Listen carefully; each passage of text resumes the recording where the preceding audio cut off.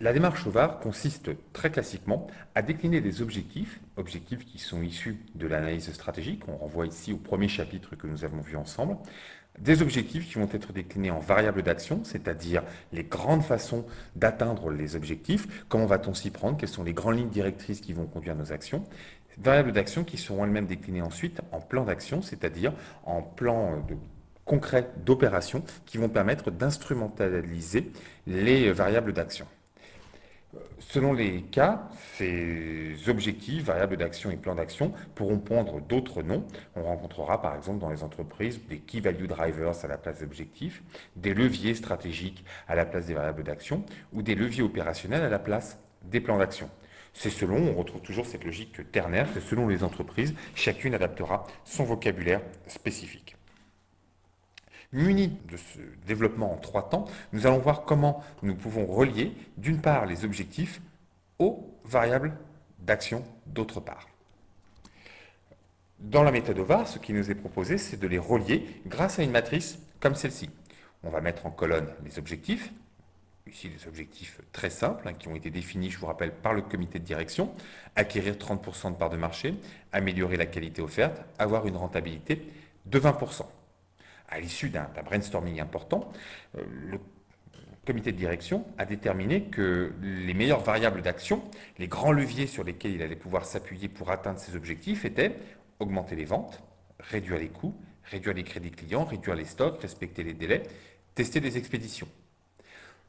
Tout l'exercice consiste à chaîner les variables d'action avec les objectifs. Ici, pour atteindre l'objectif acquérir 30% de parts de marché, le comité de direction considère qu'il faudra surveiller l'augmentation des ventes et qu'il faudra surveiller la réduction des coûts. Deux variables d'action qui vont être nécessaires à l'obtention, à l'atteinte de l'objectif 30% de parts de marché. Avec l'idée que ici, les trois croix matérialisent le fait que augmenter les ventes va avoir un impact beaucoup plus important que réduire les coûts. Peut-être 3 fois plus important, je ne sais pas, en tout cas beaucoup plus important. Augmenter les ventes va aussi contribuer à avoir une rentabilité de 20%. Mais les variables d'action les plus importantes seront ici réduire les coûts, réduire les crédits clients. Donc le but du jeu est de tracer des relations de cause à effet entre des objectifs à atteindre et des variables d'action à mettre en œuvre d'autre part, et formaliser tout ça dans un tableau de cette sorte. Alors bien évidemment, les objectifs, je vous rappelle, sont des choix, nous l'avons vu précédemment. Les variables d'action sont également des choix. Elles ne seront pas obtenues de façon simple par le comité de direction, mais à l'issue d'une discussion extrêmement importante sur les meilleures variables d'action. En général, un premier travail, dans un premier jet, nous allons obtenir beaucoup trop de variables d'action et donc tout le jeu du contrôleur de gestion consistera à inciter les membres du comité de direction à réduire le nombre d'actions, de variables d'action pour ne considérer, ne prendre en compte que celles qui sont les plus importantes. Ici, nous avons une expression de la déclinaison de la stratégie dans l'entreprise. Ces variables d'action vont pouvoir ensuite se décliner dans un second temps, comme nous le verrons plus tard, en plan d'action lorsqu'on va les décliner dans chacune des directions de l'entreprise. Par exemple, augmenter les ventes pourra se décliner en prospecter plus, baisser les tarifs, vendre plus à un client. Mais nous verrons un peu plus tard comment tout ça se met en œuvre dans une déclinaison hiérarchique. Ici, ce que nous avons, c'est des objectifs définis par le comité de direction, des variables d'action définies par le comité de direction, le tout à l'issue d'une discussion et d'une confrontation qui peut être assez violente. Il n'est pas rare de devoir passer un très long moment avec les managers pour arriver à définir quels sont les objectifs et les variables d'action pertinentes.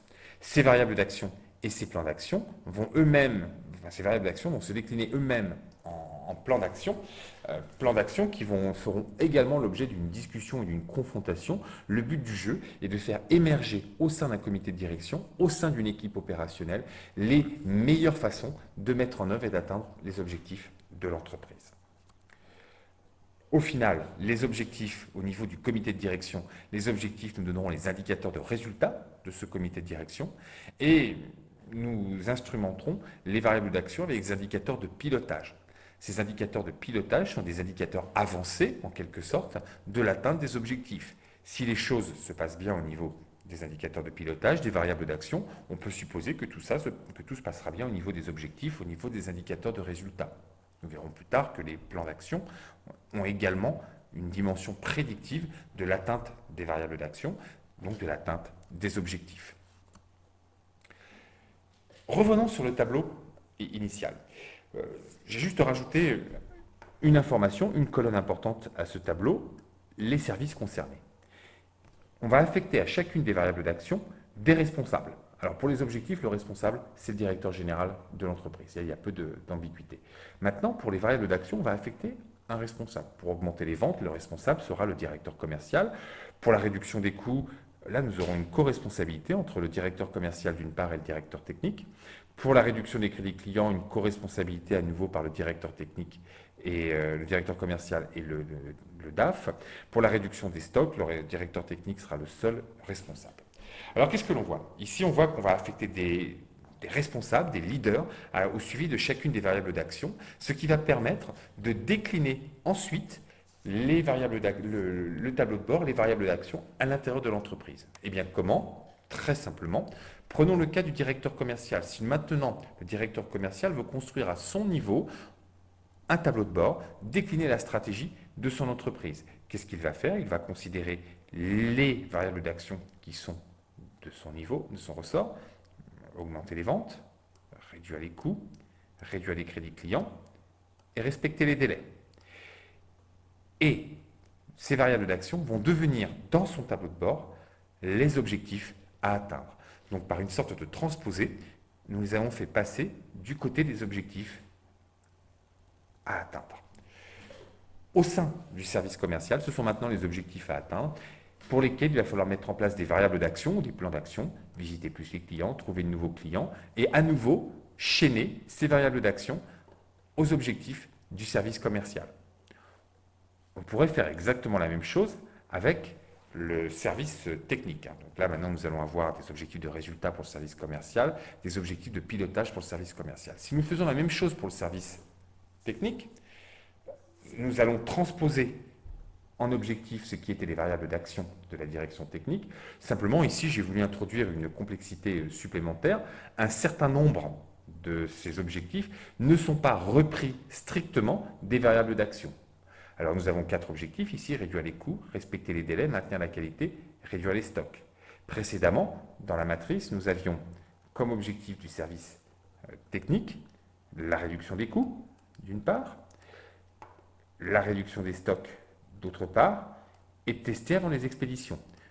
Ces 3 indicateurs n'ont pas été repris strictement, j'en ai repris 2, j'en ai supprimé un, testé avant les expéditions, et j'en ai rajouté 2 autres. Quel est le but du jeu?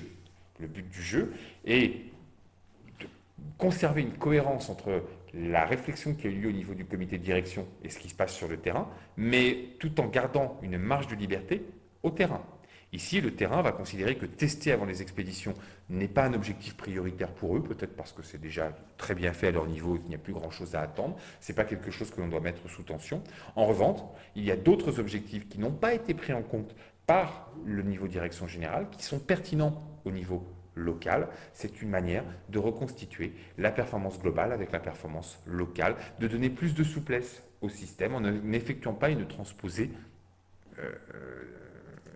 à l'identique.